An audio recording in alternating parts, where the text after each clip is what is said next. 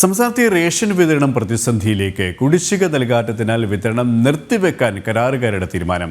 ഈ മാസം പകുതി വരെ നൽകാനുള്ള അരി ഉൾപ്പെടെയുള്ള സാധനങ്ങൾ മാത്രമാണ് റേഷൻ കടകളിലുള്ളത്. ഇവരുമായി കോഴിക്കോട് നിന്നും ആനന്ദ് പുതൂർ ചേരുകയാണ്. ആനന്ദ്, കഴിഞ്ഞ കുറേ മാസങ്ങളെ സംസ്ഥാനത്തെ ഈ റേഷൻ കടകളിലെ സപ്ലൈകോയിലും അവൈൽ സ്റ്റോറുകളിലൊക്കെ പ്രതിസന്ധി ഇങ്ങനെ അടിക്കടി വാർത്ത വന്നുകൊണ്ടിരിക്കുകയാണ്. പക്ഷേ ഇതിലൊരു നടപടിയും ഉണ്ടാകുന്നില്ല അല്ലേ? അതുകൊണ്ട് തന്നെ ഈ കുടിശ്ശിക നൽകാത്തതിനാൽ സ്വാഭാവികമായും അവർക്ക് പണം കിട്ടാതിരിക്കുമ്പോൾ അവർക്ക് മറ്റ് പോംവഴികളില്ലാതാകുന്നു. കാരണം ഈ വാർത്തയിൽ സൂചിപ്പിച്ചതുപോലെ തന്നെ ഡീസൽ അടിക്കാൻ പോലും പണമില്ലാതെ വാഹന ഉടമ ലോറിക്കാർ വരാൻ മടിക്കുന്ന കാഴ്ച, തൊഴിലാളികൾക്ക് കൂലി നൽകാൻ കഴിയാത്തൊരവസ്ഥ. അതുകൊണ്ട് തന്നെ റേഷൻ വിതരണം സ്തംഭിക്കുന്ന, പ്രതിസന്ധിയിലാകുന്ന ഒരു അവസ്ഥയിലേക്കാണോ കേരളം പോകുന്നത്, സംസ്ഥാനം പോകുന്നത്?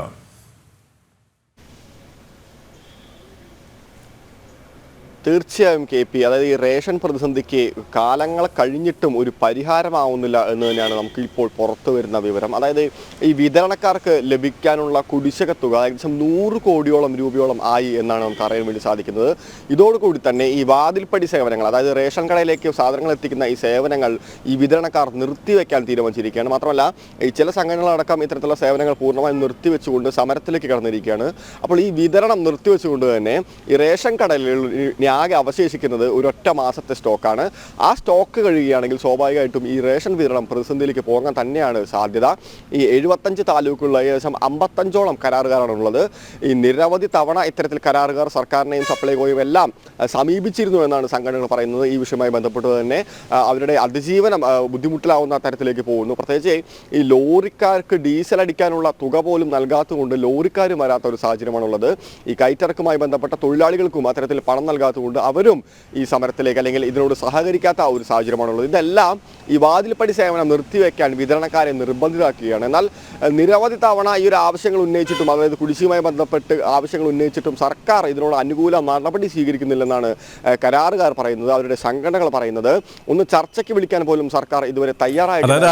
ആനന്ദ് പറഞ്ഞ പോലെ തന്നെ കുറച്ച് ദിവസങ്ങൾക്ക് മാത്രമുള്ള സാധനങ്ങളാണ് സ്റ്റോക്ക് ഉള്ളത്. അത് തീർന്നു കഴിഞ്ഞാൽ റേഷൻ കടകളൊക്കെ കാലിയാകും. ഈ നമുക്കറിയാം, റേഷൻ കടകളിലെ പലപ്പോഴും ആശ്രയിക്കുന്നതിൽ തികച്ചും സാധാരണക്കാരായ ആൾക്കാരാണ്. അവരുടെ ജീവിതം കൂടുതൽ പ്രതിസന്ധിയിലേക്ക് പോകുന്ന ഒരു സാഹചര്യമാണ് നിലവിൽ ഉണ്ടായിരിക്കുന്നത്.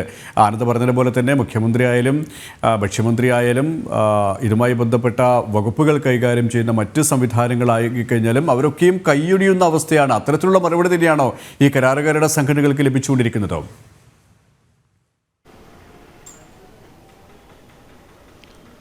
തീർച്ചയായും കെ പി, യാതൊരു തരത്തിലുള്ള അനുകൂല നിലപാടുകളോ ചർച്ചയ്ക്ക് വിളിക്കാൻ പോലും, പ്രാഥമിക ഘട്ടത്തിൽ ഒരു ചർച്ചയ്ക്ക് വിളിക്കാൻ പോലും സർക്കാർ ഇതുവരെ തയ്യാറായിട്ടില്ല എന്നാണ് ഇവരുടെ സംഘടനകൾ പറയുന്നത്. മാത്രമല്ല സംസ്ഥാനത്തെ പല റേഷൻ കടകളിലും ഇപ്പോൾ ആട്ടയും ഗോതമ്പും ഒന്നും ഇല്ലാത്ത അവസ്ഥയാണ്. അരി 2 ആഴ്ചത്തേക്ക് കൂടിയുള്ള സ്റ്റോക്കാണ് ഉള്ളത് എന്നാണ് നമുക്ക് അറിയാൻ വേണ്ടി കഴിയുന്നത്. അത്തരത്തിൽ ഈ മുൻഗണനാ വിഭാഗങ്ങൾക്ക് കൃത്യമായിട്ടുള്ള വിഹിതം നൽകാനുള്ള സ്റ്റോക്ക് പോലും റേഷൻ കടകളിലില്ല എന്നാണ് ഈ സംഘടനകൾ പറയുന്നത്. ഈ പ്രധാനപ്പെട്ട ഒരു കാര്യം, ഈ തരത്തിലേക്ക് പോവുകയാണെങ്കിൽ, അതായത് ഈ റേഷൻ വിതരണം പൂർണ്ണമായി നിർത്തിവെക്കുകയാണെങ്കിൽ ഈ 1 മാസത്തോടു കൂടി തന്നെ ഇത്തരത്തിലുള്ള ഒരു പ്രതിസന്ധി രൂക്ഷമാവാനുള്ള ഒരു സാധ്യതയുണ്ട്.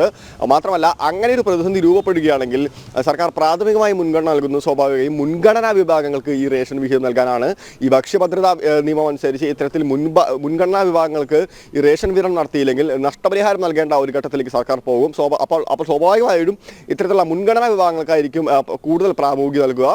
അപ്പോൾ വെള്ള നീലക്കാടുകാർക്കെല്ലാം ഒരു പ്രതിസന്ധിയിലേക്ക് വരാനുള്ള ഒരു സാധ്യതയും എന്തായാലും തള്ളിക്കളയുന്നില്ല.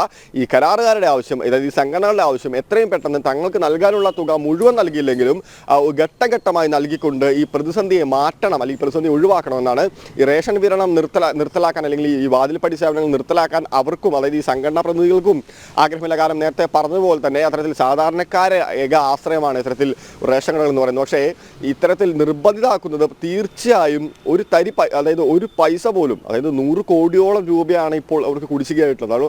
അതുകൊണ്ട് അതിൻ്റെ ഒരു ഘട്ടത്തിലുള്ള പൈസ പോലും നൽകാൻ തയ്യാറാവാത്തതുകൊണ്ടാണ് അവർ നിർബന്ധിതരായിരിക്കുന്നതെന്നാണ് സംഘടനകൾ പറയുന്നത്. കെ പി, അത് തന്നെയാണ്. സംസ്ഥാനത്ത് റേഷൻ കടകൾ വലിയ രീതിയിലുള്ള പ്രതിസന്ധിയിലാണ്. റേഷൻ വിതരണം അപ്പാടെ നിലയ്ക്കുന്ന ഒരു സാഹചര്യത്തിലേക്കാണ് സംസ്ഥാന സർക്കാരിൻ്റെ കെടുകാര്യസ്ഥത കൊണ്ട് എത്തിച്ചിരിക്കുന്നത്. ആനന്ദ് പുതൂരാണ് കോഴിക്കോട് നിന്ന് വിവരങ്ങൾ നൽകിയത്.